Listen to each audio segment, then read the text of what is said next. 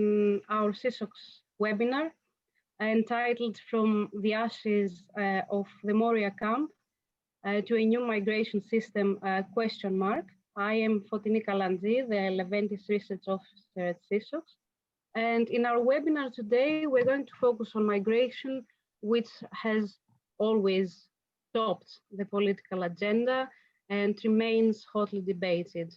In the EU, it has been an important and contested political issue, and Greece, due its geographical position and as it constitutes one of the external borders of Europe, it bears a disproportionate burden of responsibility.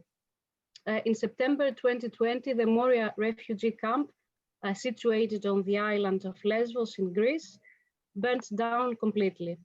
Some people speak of an intended act, others of an incident waiting to happen in a camp that was hosting almost 4 times more people than its capacity.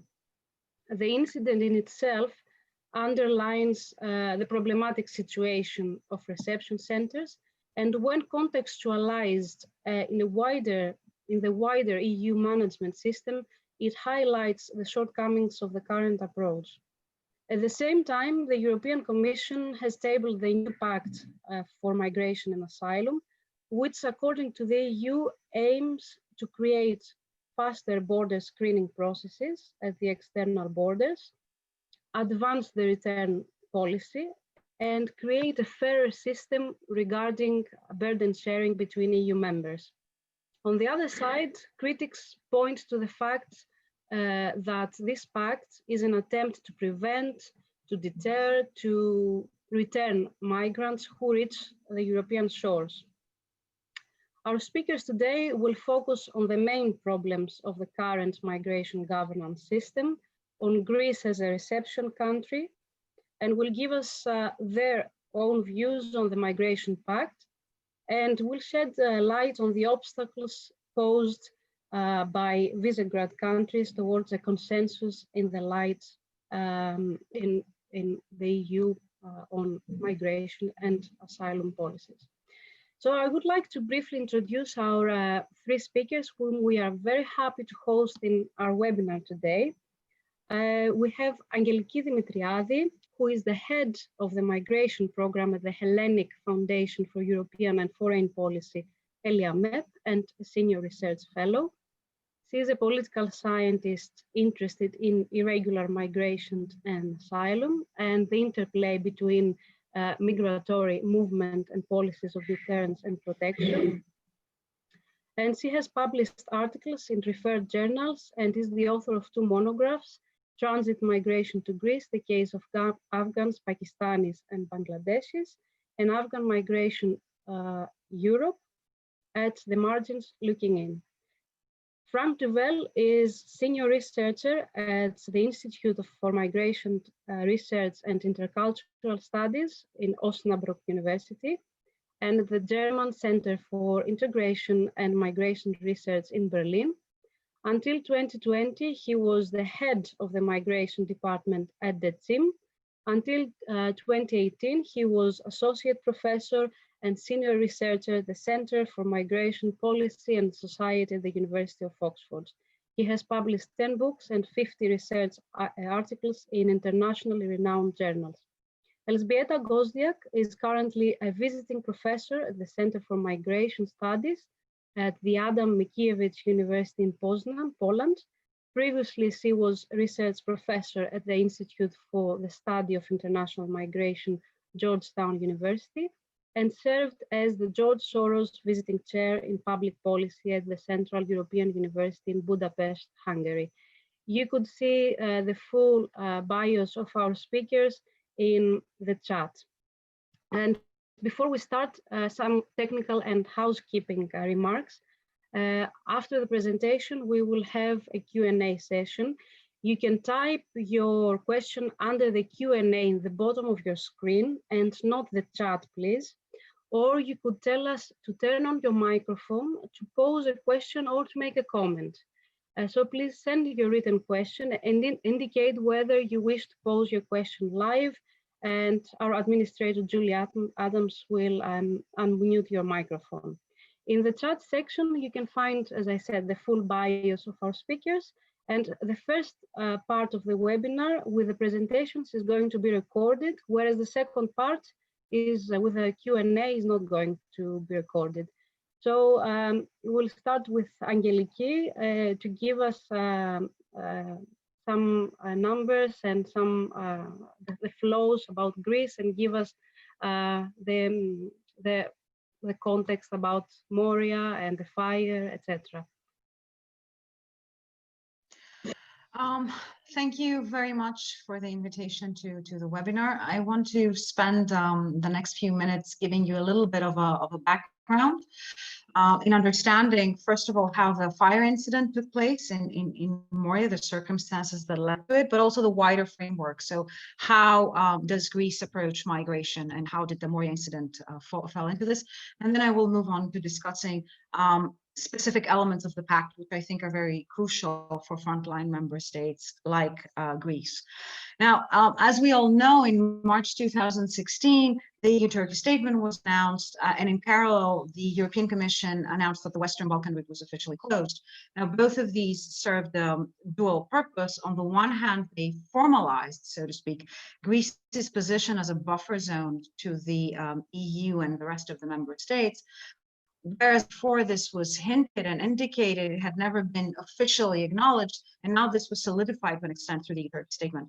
The second purpose of the dual border closure was to serve as a notice and a warning to the prospective migrants that they would not reach their intended destination, and instead they would end up being stranded in Greece or returned to Turkey, depending on the outcome of their asylum application. And it was the former that happened, because the EU-Turkey statement collapsed pretty quickly as a result predominantly of the attempted coup in Turkey in the summer, but also because of the design flaws that I want to briefly touch upon. Thousands ended up trapped in Greece, and this is a country, we need to keep in mind, that was entirely unprepared. It lacked capacity, but it also lacked willingness to function as a host, which is important. We should keep in mind that Greece for the past 20 years has been very keen in adopting the notion of a transit corridor to the rest of the EU. This idea that migrants, specifically asylum seekers, will pass through has been encouraged, and it was even publicly acknowledged in 2015 by the government at the time. At the same time, we have a structural design which is faulty. The hotspot system was meant to generate quick asylum decisions. We're seeing this also with the new Pact, and significant returns to Turkey, which didn't happen. And the idea behind this is that the spaces in the hotspots would be vacated, and essentially there would be availability in the reception and identification centers for future arrivals to come in. It's a design that was based on numbers. It was not taking into account the individuals, their vulnerabilities, and the fact that most of them would end up actually receiving protection in Europe, in Greece, and therefore would not be returnable to Turkey. The geographical containment that was also forced on the asylum seekers, the fact that they had to remain on the island until their asylum application was processed and complete, exacerbated an already problematic situation. We had cases of people that had to remain trapped, essentially, on the Greek islands for months, and in many cases for years. So the design from the beginning was unrealistic, because it didn't take into account neither the lack of capacity from Greece, nor the issues that unfolded in Turkey, nor did it account for the fact that delays in the system as it was designed would in fact result in the overcrowding that we saw. The hotspots were originally designed for 7,000 people, and in 2019, the island of Lesvos alone had 6,600. Fewer migrants were leaving than they were essentially entering the facilities. At the same time, one of the things that, in my view, the Commission was hoping for was the continuous reduction in arrivals in Greece. And this happened to an extent all the way until 2018, where Greece through the maritime border had about 32,000, which was an annual average for Greece. 2015 was always an exception. But then in 2019, there was a steady increase. And the increase took place from the spring. Now, remember, the hotspots are already in poor condition, and suddenly more people are coming in. The result is that by August of 2019, across 5 islands in Southeastern Aegean, we have 40,000 people that are trapped, of which 20,000 are on the island of Lesvos alone. This is an impossible situation. It would have been an impossible situation for any country, but even more so for Greece. And despite attempts to transfer, and there were significant transfers that took place, the numbers still remain high. The NGOs on the islands have reported on the conditions extensively. We know that people were forced to live under tarpaulin sheets and sleep out in the open. They have to struggle, and they continue to struggle on a daily basis to survive in these so-called reception centers. And many of these conditions have persisted for years amid repeated promises by the Commission and the Greek government that the situation would improve. So to an extent, the firing in Moria was expected, and it is very much a product of EU policy, starting from the way the statement was structured, implemented, very short time span that was given to Greece to actually go ahead and enforce the statement, the pressure that was exercised in the country. Keep in mind, when the negotiations are taking place for the statement, Greece is extremely on its EU partners, because we are in the midst of a big financial crisis. It's also a product of the unwillingness of the member states, I would say, to showcase solidarity, and the fact that they actually placed limits on that solidarity, with relocation being a prime example. There was a cap, the number was never reached, yet relocation concluded quite quickly. But beyond the responsibilities of the EU, a large portion also rests with Greece and how it approaches migration, even to this day. Despite receiving more than 1 billion euros in assistance, the camps remain overcrowded. They lack in basic services and conditions. They lack personnel, including medical personnel, and we're living at a time of a pandemic, so we can all understand the implications. And they are overall unsafe for the people that remain trapped in them. And this is very much a product of how migration is conceptualized, as a problem rather than an opportunity, or even a reality, to be honest, but also as something that can be stopped, deterred, prevented.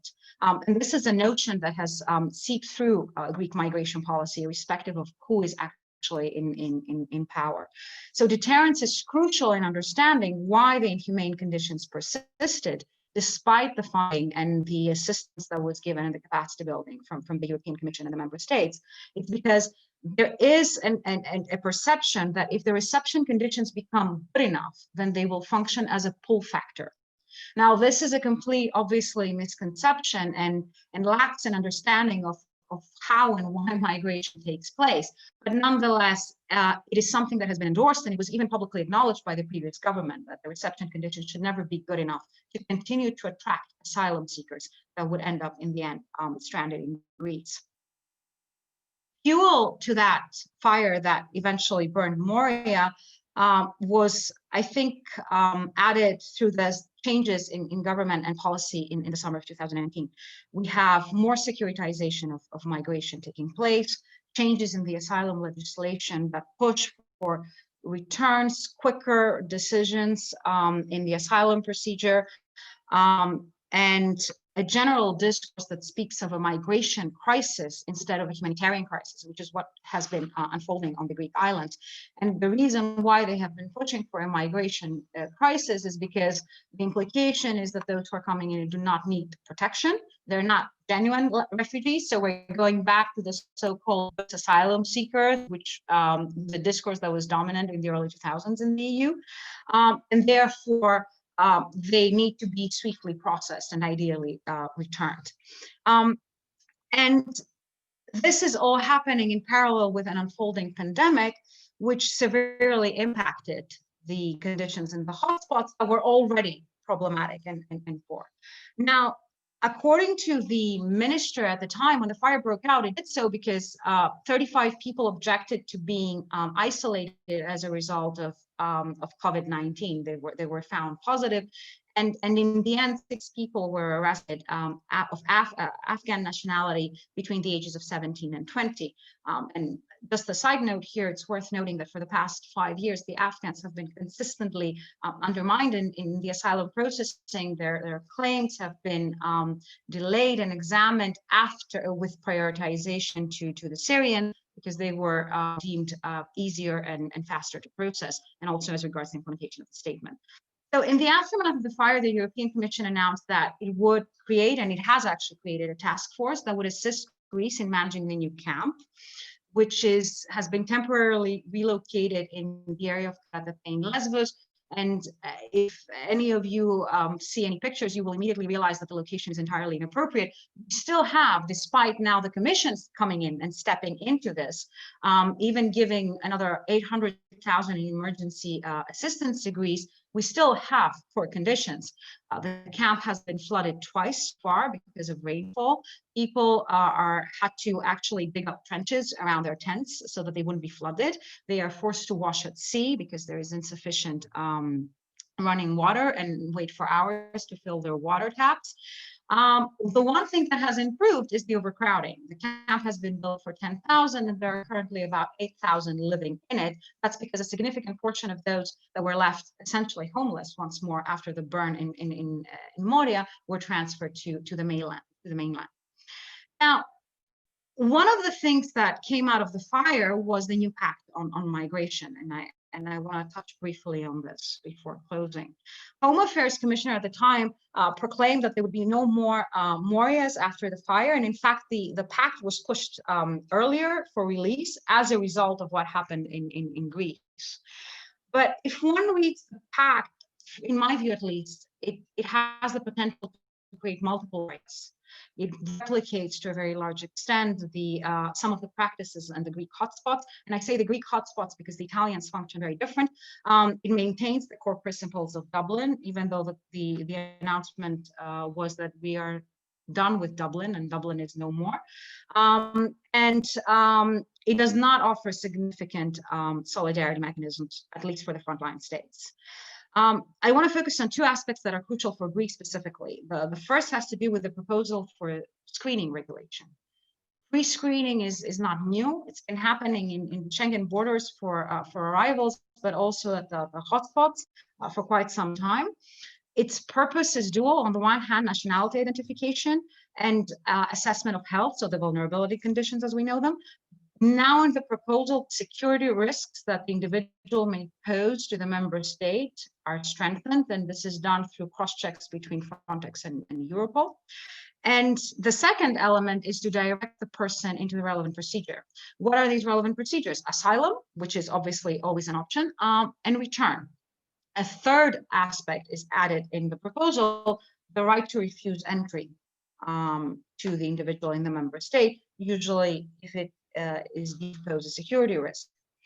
Now, pre-screening in the proposal would apply to three groups: migrants who have entered irregularly, asylum seekers who enter irregularly, and people who are disembarked after a search and rescue operation, which means they have attempted to enter irregularly. So you can see there's a pattern here. Everyone is put together in the same mixed bag, and the core issue is irregularity, the unauthorized entry. So it's the distinction and to an extent the differentiation that used to take place between migrants and refugees that we saw in 2015, which heavily dominated the EU policy, seems to be going away. How will the pre-screening take place? And this is of concern for frontline states. While the process is unfolding, the individuals will not be considered as having entered the territory of the member state. Now, the Commission has not specified what this means, but if one reads through the proposal, the implication is that these sort of gray zones will emerge in the borders. Similar a little bit what's taking place right now in the hotspots, because keep in mind the hotspots are applying a different, not the regular asylum procedure, but the accelerated border procedure. And while the people are in these gray zones, it's quite unclear who carries responsibility and what kind of rights will they have. So it raises a lot of questions and the potential for abuse. the screening itself and the way that it's designed has the ability to replicate Moria in multiple border areas. That's because the initial design envisages a 5-day screening process. That's impossible, and it has not materialized neither in Greece nor Italy so far. In Greece, in fact, the entire process from the pre-screening to the first instance asylum decision is roughly 7 months. So 5 days is an impossible timeline to meet. This means that while people are waiting and while potentially more people are coming in, these accommodation sites, these centers will have to multiply, or they will end up being a similar version to Moria, overcrowded, with people stranded there waiting for a decision on whether they will be allowed to apply for asylum, whether they will be returned, or whether they will even be refused entry into the territory in the first place. Failure to achieve swift screening will result in thousands trapped in border locations. And for these facilities to function, they require legal staff, qualified staff to take care of vulnerable and minors, and medical personnel. And I keep coming back to the medical personnel because we are living in times of the pandemic. And this is something that most EU member states are already facing shortages in. Greece is one of those countries, and it has had problems with medical personnel in the hotspots already before the COVID-19. So it's hard to see how this would actually materialize. The second element, which to me is of concern, and is actually a Greek proposal, which was adopted, is the notion of force majeure, which is linked also to the solidarity mechanism. Now, in the Pact, solidarity is, and I know my colleagues will be speaking about this, it's mandatory, but it's flexible, and it really only becomes compulsory when there is a crisis, or when a force majeure situation is initiated by a member state. The clause allows for derogation from protection standards. It was suggested by Greece in the aftermath of events that took place in Evros in March 2020, where we had the suspension of asylum for a month. And in the proposal, this derogation actually regularizes and legalizes quite important issues, including the issuing of the decision on merit during the border procedure, which is an accelerated one, extending the length of the pre-entry screening. So it goes from 5 days to weeks. Again, we're talking about overcrowding. We're talking about actual management issues in these facilities, expanding the use of detention. These are potential asylum seekers. Detention should not be applicable.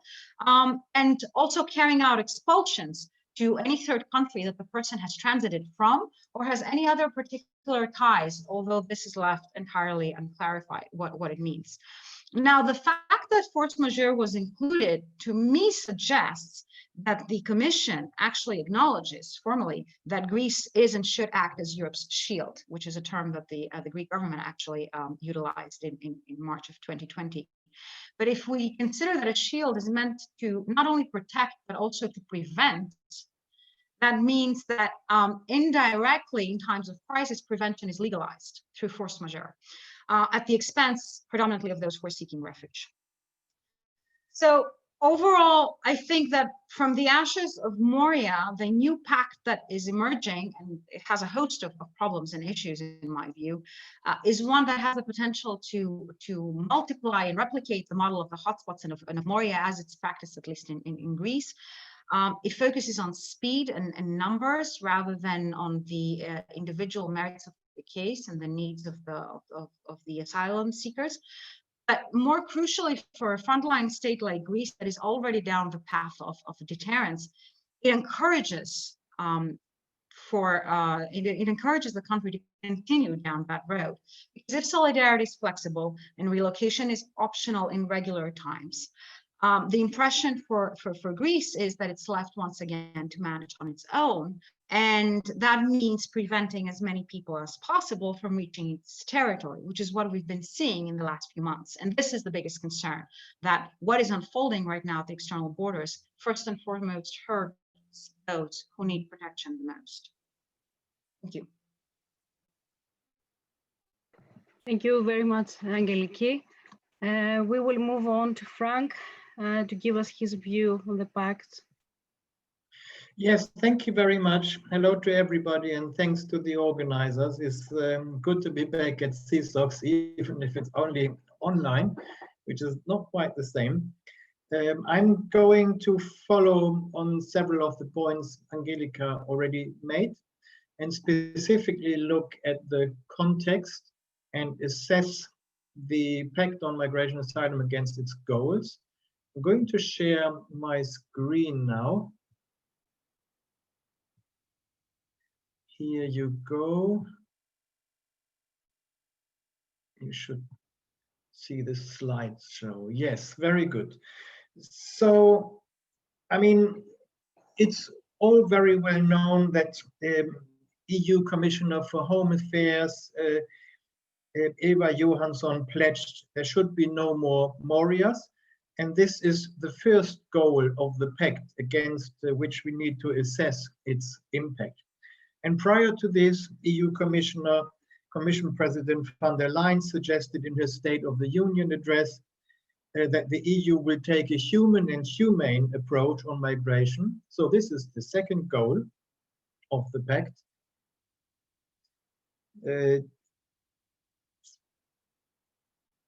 2 weeks later, the EU Commission presented the long overdue Pact. It had been announced more than a year ago, and its origins are completely unrelated to the Moria fire. The third goal is to close the implementation gap, and I quote from the Pact, meaning to increase deportations. The fourth goal is to revive the solidarity mechanism amongst member states, meaning to diminish the burden on Greece, Italy, and other peripheral countries. So the Pact thus not only aims to manage unwanted migration, but also to manage the antagonism of the member states, overcome the gridlock that we've seen since 2016 failure to overhaul the EU migration law, and establish a new consensus. And this is the fifth goal of the Pact. Meanwhile, many had hoped, partly driven by a pseudo-humanitarian rhetoric, that the shock from the fire would indeed translate into a more humane long-term plan of the EU to address the structural causes of the catastrophe. These hopes, however, were quickly dashed when on 29 September, the proposal for the new Pact was actually presented. In fact, I will demonstrate this was to be expected. So first, I will briefly look at actual migration movements on the ground. Second, I briefly analyze the structural causes of the Moria campfire. Third, I sketch the pretext to the Pact. And fourth, I analyze the Pact on Migration and Asylum before summing up my contribution. So whilst in 2015-2016, 1.2 million refugees arrived in the EU, these were equivalent to only 0.2% of the EU population. Meanwhile, in Turkey, daily apprehensions on the Syrian border are down to around 200 a day, so that's an estimated 6,000 a month, whilst around 360,000 Syrians so far have actually returned. In Greece, refugee arrivals have dropped significantly this year to 14,000.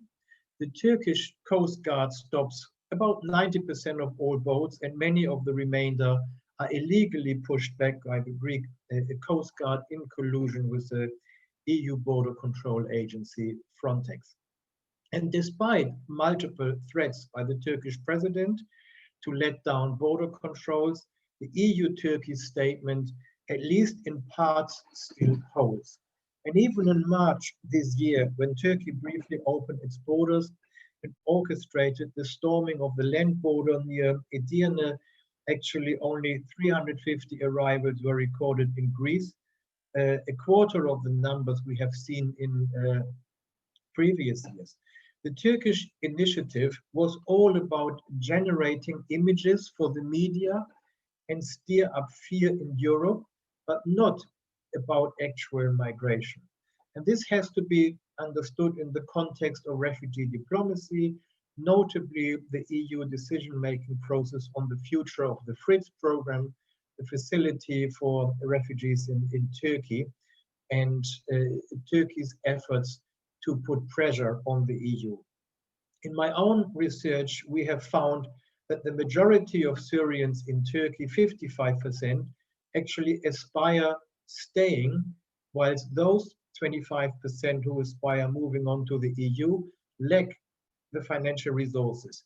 Less than 2% say they can afford the journey.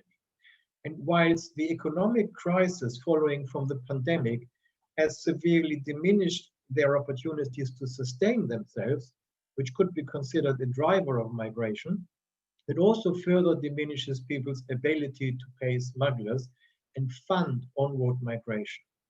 However, other nationalities, many of them Afghans, still try to leave Turkey, mostly because they are discriminated, face deportation, but also because they suffer from the devaluation of the Turkish lira, which renders working in Turkey pretty useless. But their families usually rely heavily on remittances.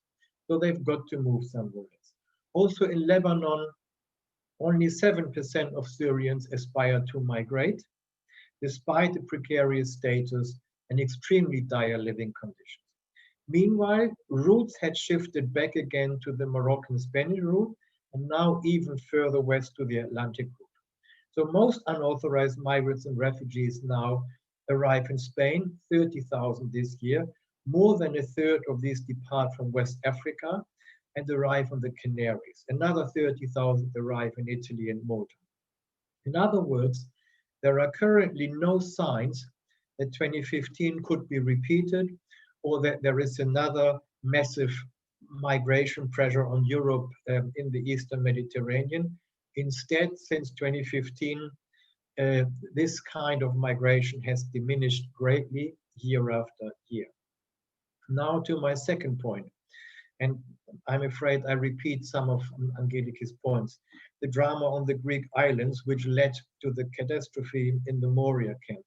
Initially in 2014-15, migrants and refugees were basically tolerated to move on to the northern member states. Later, this was even facilitated by state and EU agencies, even Frontex, mainly because no country wanted to take responsibility for the protection of these people. But then gradually, beginning with Denmark and Sweden, borders were closed one by one from the north to the south, whilst Turkey also built a wall to close the source or to close the tap. The main aim of these policies was to immobilize people and contain them where they were at that time, either northern Syria, like in Idlib, in Turkey, in Greece, notably on the islands, in Bosnia or Germany. And with regards to the Greek islands, the EU set up these infamous camps, the hotspots, all that was planned in the 2015 agenda on migration, detain people to then decide what to do with them, whether they can be returned or whether they can be relocated. But because few could be returned, because their asylum applications weren't processed, the initial relocation system first failed and then expired anyway, numbers of people were building up in the camps, which led to severe overcrowding, and conditions have been further aggravated by Greece's policy since the mid-2000s, I would argue, to keep conditions as deterrent as possible. We've seen protests of refugees claiming they are not treated as human beings, and this is not a trivial claim. We are not animals, they have frequently complained, suggesting that they are actually treated as subhumans. So indeed, EU and Greek policies constructed refugees as a category of beings outside the moral realm of humanity, and thus as subhumans. But that's probably another talk. So third, how did we get there? Ever since migration was dealt with by European institutions, it was tackled by agencies largely concerned with security matters. It all started in the 80s with the Trevi Committee concerned with terrorism, radicalism, and crime, which took over responsibility for migration matters.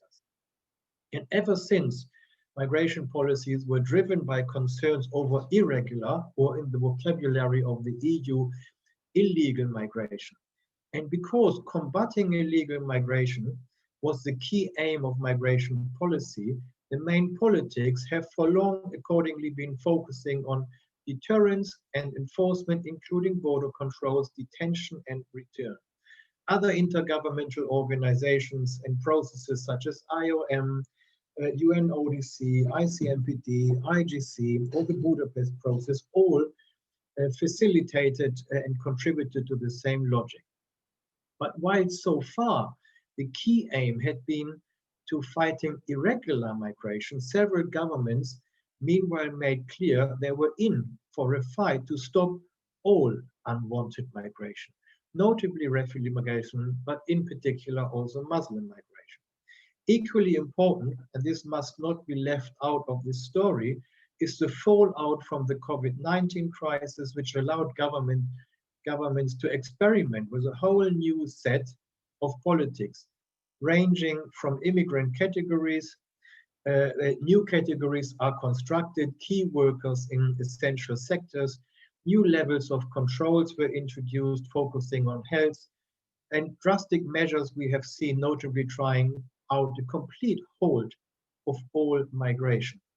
So anybody who had hopes that the new pact on more humane and welcoming approach overlooked, it seems to me, this trajectory, the momentum it has, and the powerful discourses accompanying this.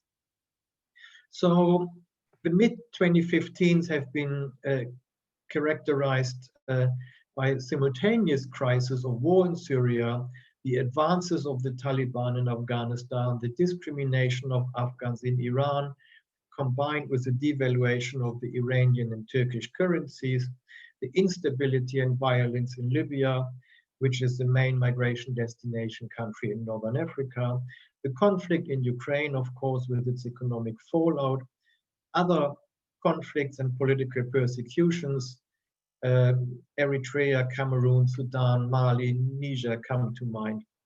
But the EU and the international community in general failed to prevent or contain any of this from happening. So this resulted in an exceptional situation which led to an equally exceptional arrival of over 1 million displaced persons, migrants and refugees in the EU over the course of 2 years. And the scope of forced migration in 2014-15 is only comparable to the forced migration associated with the civil war in Yugoslavia from 1991, which in 1994 led to historical revisions and restrictions, for instance, the Germany's asylum law and even the constitution. Sorry, Frank, just a moment. Sorry to interrupt you. Are you going through your presentation as well, or we can't see it? You mean the slide? Yeah, the slides, because we haven't seen any change. So I was wondering if it was us or... I forgot pressing the button. So now Okay. the slide. Okay. Sorry for this. But in 2015, because the EU failed to properly manage the crisis of displacement and arrival, bureaucrats were complacent, hoping that the people would not move on from Turkey. Onward migration turned into a crisis of reception, consequently a humanitarian crisis in Greece, on the Balkans, in the central Mediterranean. Finally, because matters were perceived as a crisis of border controls and subsequently a crisis of the integrity of the EU, it led to a crisis of the functioning of the EU as such, notably the Dublin Convention, the Schengen regulation, and thus the functioning of the internal market. And because it brought about nationalist responses, the principle of solidarity enshrined so centrally in the Treaty of the EU collapsed. So to the next point, in 2015-2016, for these reasons, the EU member states finally fell out over the question how to tackle migration, notably unwanted and specifically forced migration, and whether and how to acknowledge their responsibility under international and EU law. And to overcome the rift, the Commission then traveled the relevant member states gathered their demands, and accordingly put together a proposal. This is mostly a revised version of the various proposals that had already been rejected by the member states, respectively the Council, in 2016.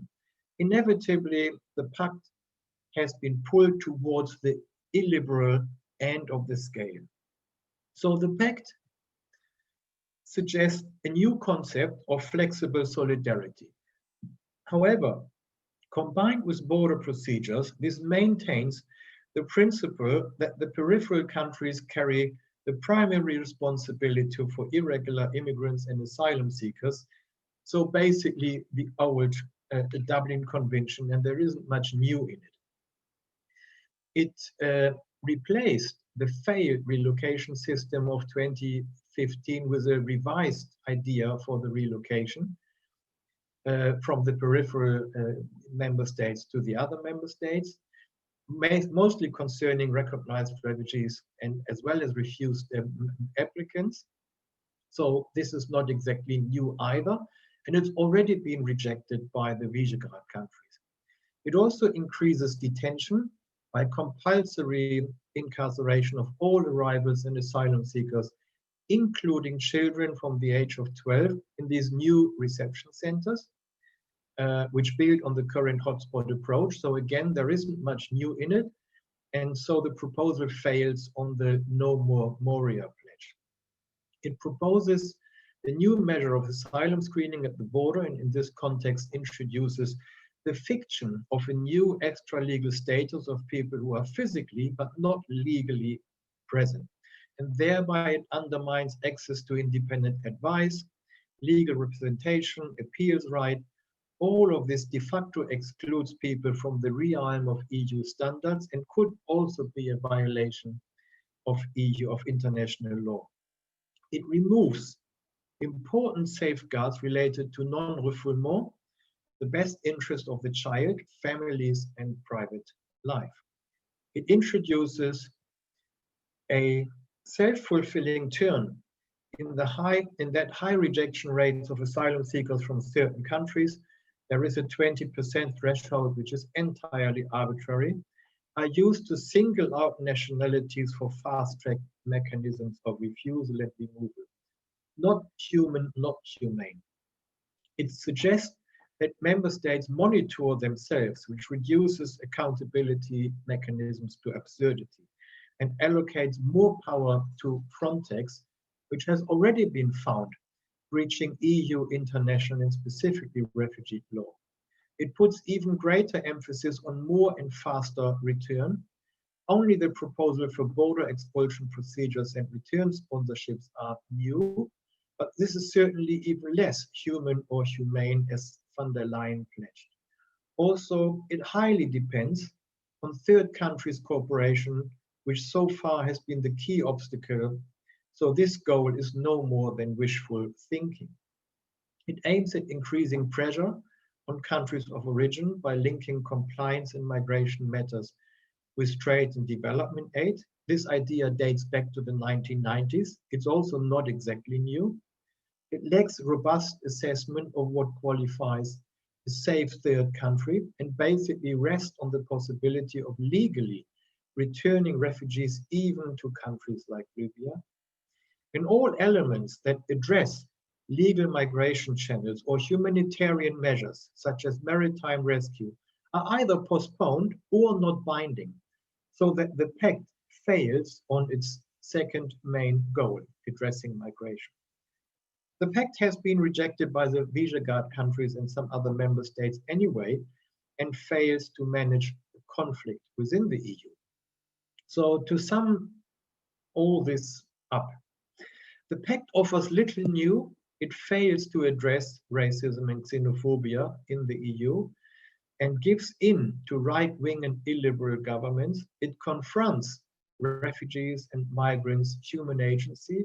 It breaks international principles. It creates new loopholes, gray zones, and unrealistic timeframes, consolidates an apparatus of unaccountable agencies, establishes pseudo-legal procedures to basically turn back people on a large scale. mass deportation. It legalizes the dehumanization of refugees and is Eurocentric, even with some neo-colonial elements with regard to perspectives on third countries. So the Pact on Migration and Asylum shows little concern for the obligation towards people in need of international protection. It aims to contain the global refugee problem outside of Europe and is instead a pact against unwanted migration and asylum. Thank you. Thank you, Frank, very much. And Elźbieta to give us the perspective from the Visegrad countries. Julie, if you could share with us Elźbieta's presentation. Thank you. Well, thank you, Foteini, for inviting me. It's a pleasure to be and participate in this in this webinar. I've been next. I've been tasked with commenting on the pact, mainly from the perspective of the Visegrad 4, Poland and Hungary in particular. I've been doing a bit of research there since 2015, when the large numbers of refugees arrived in Budapest at the Kalantzi station, as well as in Debrecen and Page. This was part of the project that Angeliki and I are actually collaborating on, the Nova Migra, funded by the Horizon 2020 funding stream. Next, with the launch of the new pact, the European Commission proposed an overhaul of the EU's long-ailing migration and asylum policies. And I won't speak to the points that Franck went through in detail, but just want to remind you that in describing the new pact, the European Union Vice President Margarita Schinas used the metaphor of a three-story building, and she called the first floor the external dimension centered around strengthening partnerships with countries of origin and transit countries. She described the role of the second floor as a robust management of external borders. And finally, she related the third floor to firm but fair internal rules. If you have seen the latest piece penned by three fellows at the Brookings Institute, they are saying, they are continuing that metaphor of the building, but saying that what the building is really missing is a basement. And without that basement, the whole edifice will just collapse. Next. They also stress or wonder why the new pact that makes no references and does not incorporate any policy ideas from the Global Compact on refugees. To be honest, when I first heard about the pact being in the works and being discussed, I was wondering why we even need a new pact, since just recently, two global compacts, one on refugees and one on migration, were signed. And I was looking forward to see, okay, maybe there's something new and exciting that is going to be happening here. I also thought that perhaps the authors of the new pact were agreeing with James Hathaway, who called the Global Compact on Refugees a global cop-out on refugees, and therefore needed a new approach. If you've seen his paper in the International Journal of Refugee Law and then the ECRE op-ed, he also talked about it when we were all meeting in Thessaloniki at the last ISFM conference, and where he essentially said, well, those compacts are a bureaucrat's dream. They call for a lot of meetings. They're focused on process, but not really on concrete things. So having in mind that criticism, I was looking at the pact and thinking, okay, so are we going to get any concretes here? Many people at the conference supported James's opinion. And of course, as you know, and as Franck also got us through it, there's very little of these concrete things, and promises. Myself, as a former refugee, as an anthropologist, I also looked at the Pact for, I was searching for some concrete strategies to address refugee participation, capital P. In either, early on in crafting the Pact, or possibly in the operationalization of the proposed policy changes. I've been in this field for a long time. Look at my gray hair.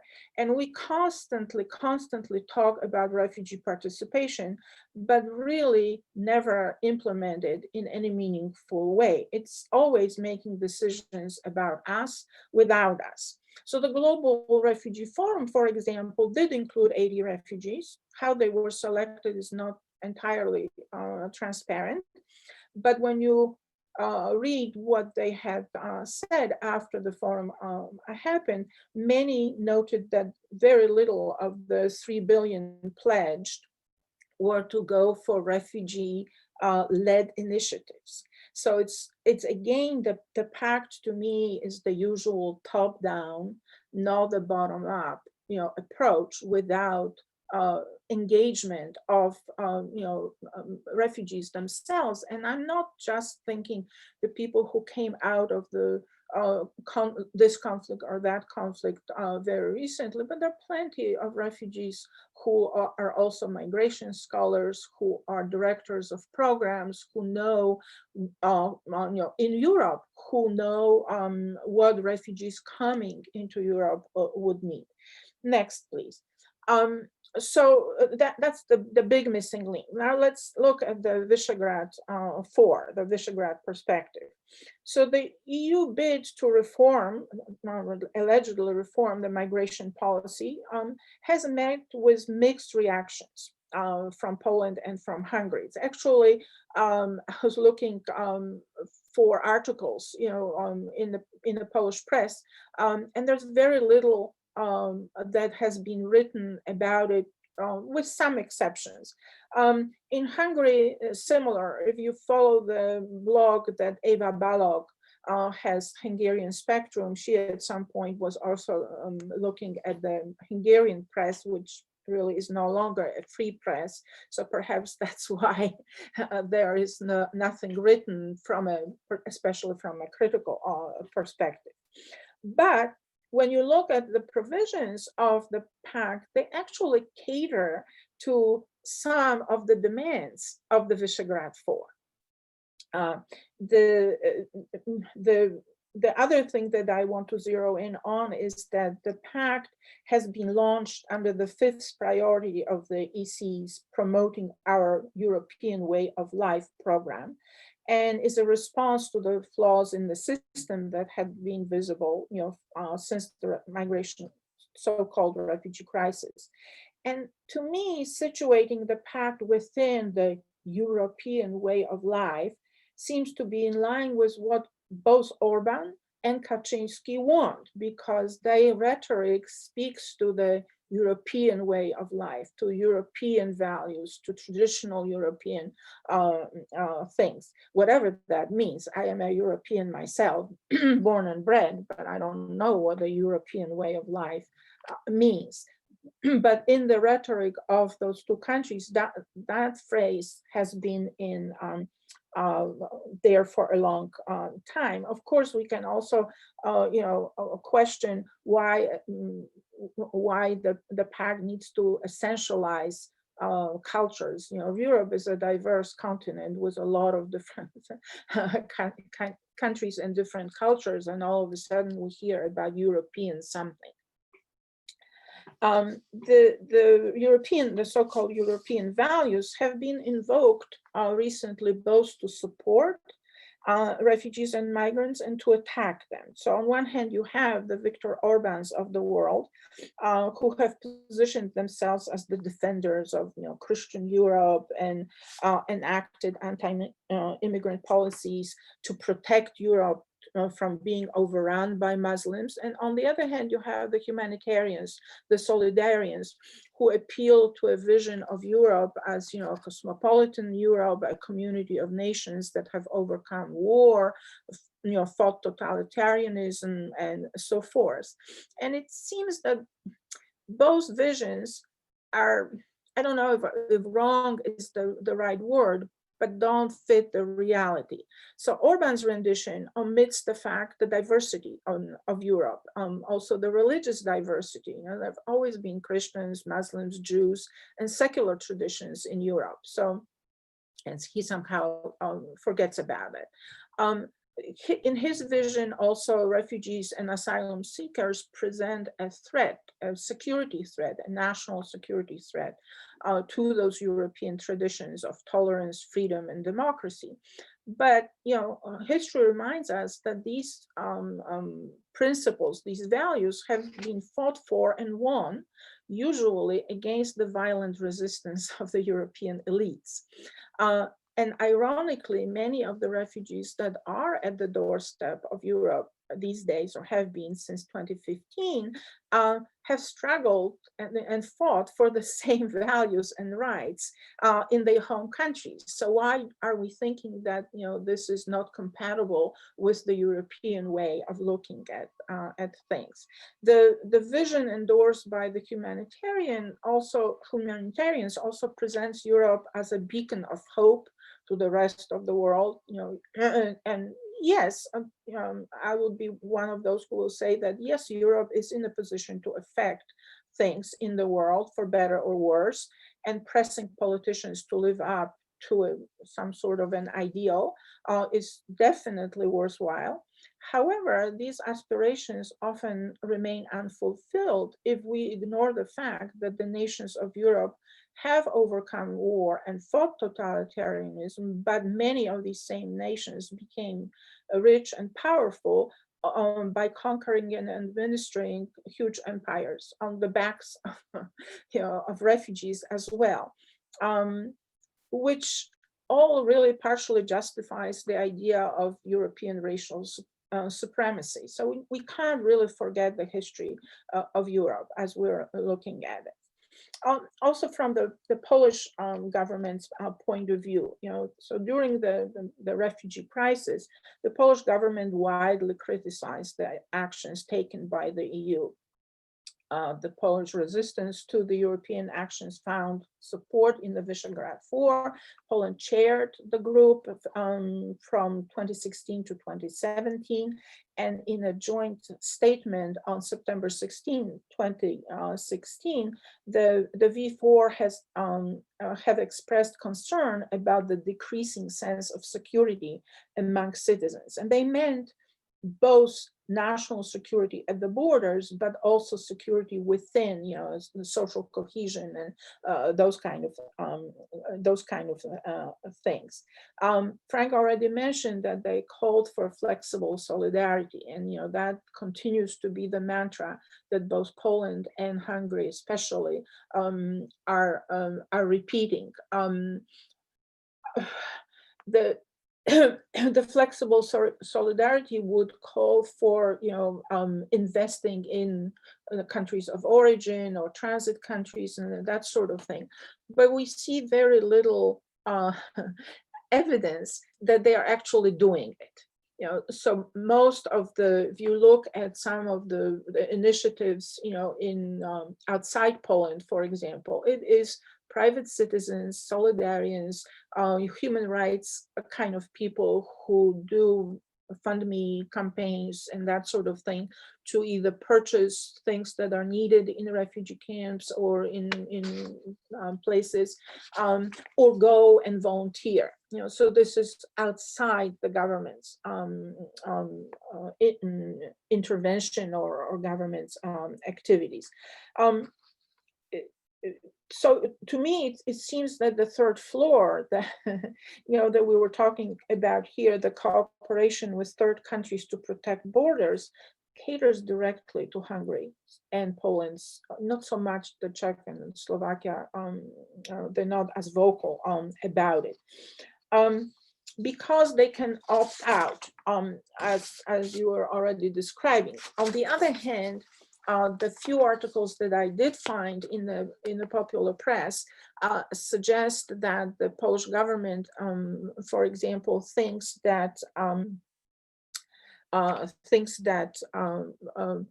the quota system that they were objecting to, before, is there hidden, and they will be called upon, fulfilling that obligation. And both from the Prime Minister, Hungarian Prime Minister's office, as well as the Polish President's office, both spokesmen said, no, our thinking about the allocations, quotas, resettlement within the borders of our countries has not changed since 2015, and we have no intention of doing anything. We want to be flexible where we want to put our money.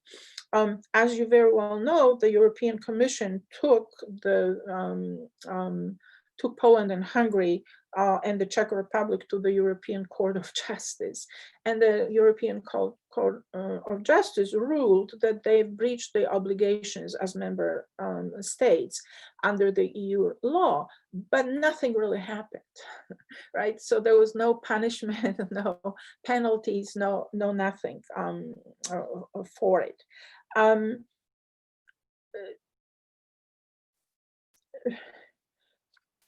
So the stance is the same. Next, please.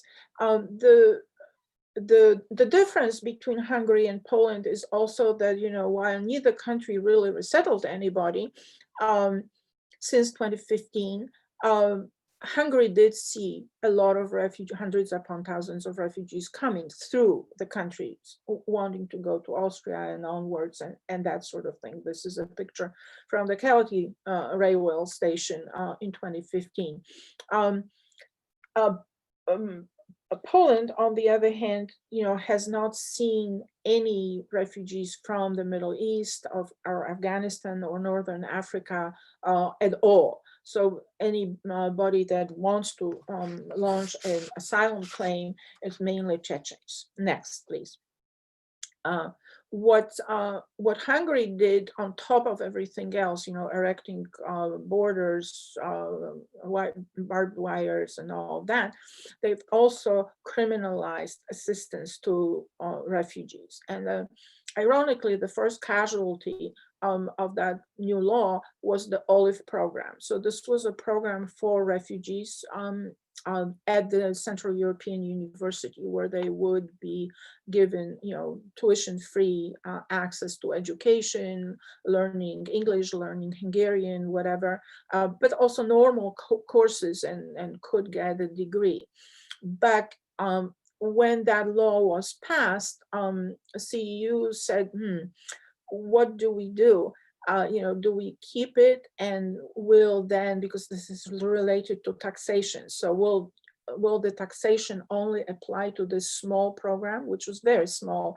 When I was there in 2016, they had about 25 refugees, taking courses towards a degree.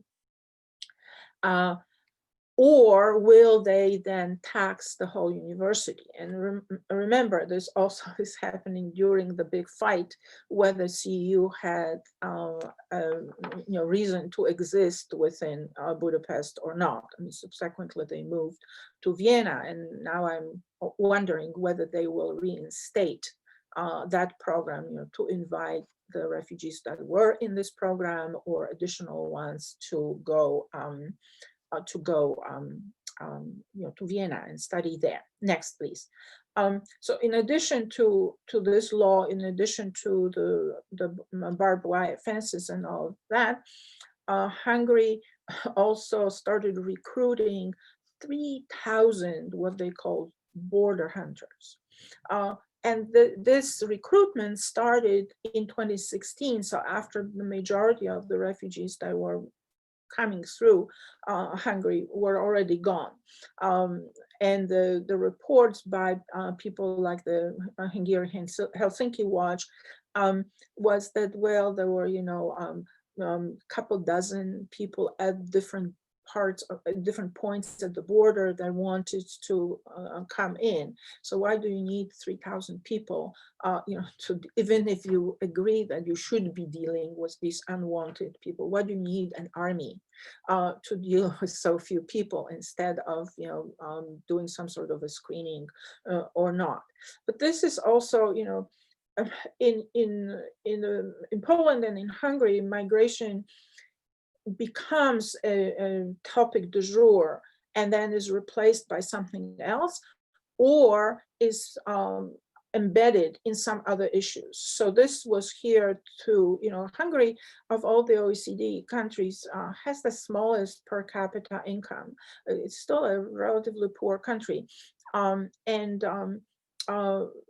the government is trying to see how they can improve people's financial well-being. So one way of doing it is, to promote procreation, and you can get a lot of money for having many children. But this would be another way of recruiting people without college education, just high school diploma, giving them money, giving them perks of others, other nature, and that sort of thing. So you have to keep that in mind. Next, please. Poland did not necessarily erect any, additional protections at the borders or anything like that. But on the eastern border with Belarus in Brześć and Tiraspol, you can see at the railroad station, somehow, there's a paper to be written about the role of railroad stations in the refugee matters. They are putting in place very drastic, draconian measures for the Chechens who want to launch an asylum claim in Poland. So to the extent that people can't buy a train ticket to go to Poland, to cross the border, and launch that application, they will allow perhaps 3 or 4 or 1 family per day. So you have a very unsustainable situation as well, because people can't rent an apartment even if they had the money and that sort of thing, because they don't know when that train ticket will be made available to them. So there's a lot of looking at the human rights abuses there. Of course, the people on the other side, the landlords are also exploiting the refugees. So you have that we have about in the whole country about 1,500 Chechen refugees.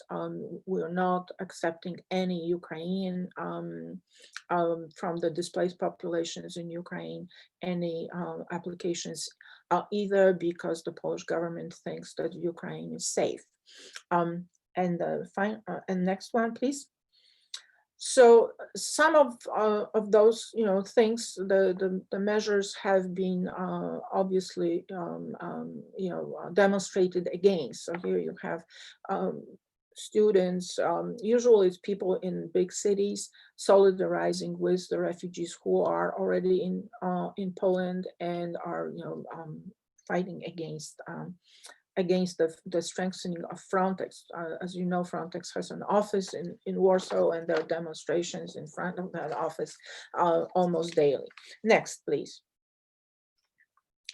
And as I said before, the migration and refugees come in and out of the political agenda in both countries. And when Duda was running for the presidency in the first round, migration and refugee issues were the platform on which he ran. And it was all supported by the Law and Justice party, and Kaczynski pulling the strings like the marionette. Now, if you are reading, the regular press, you know that the women's issues dominate the political agenda. And so there are massive strikes and demonstrations by women against the very drastic anti-abortion laws. So refugees. Sorry, could you please wrap up? Yes, this is my last slide. Yes, Thank you. so this, the women's issues replaced the refugee and migration issues. Thank you very much.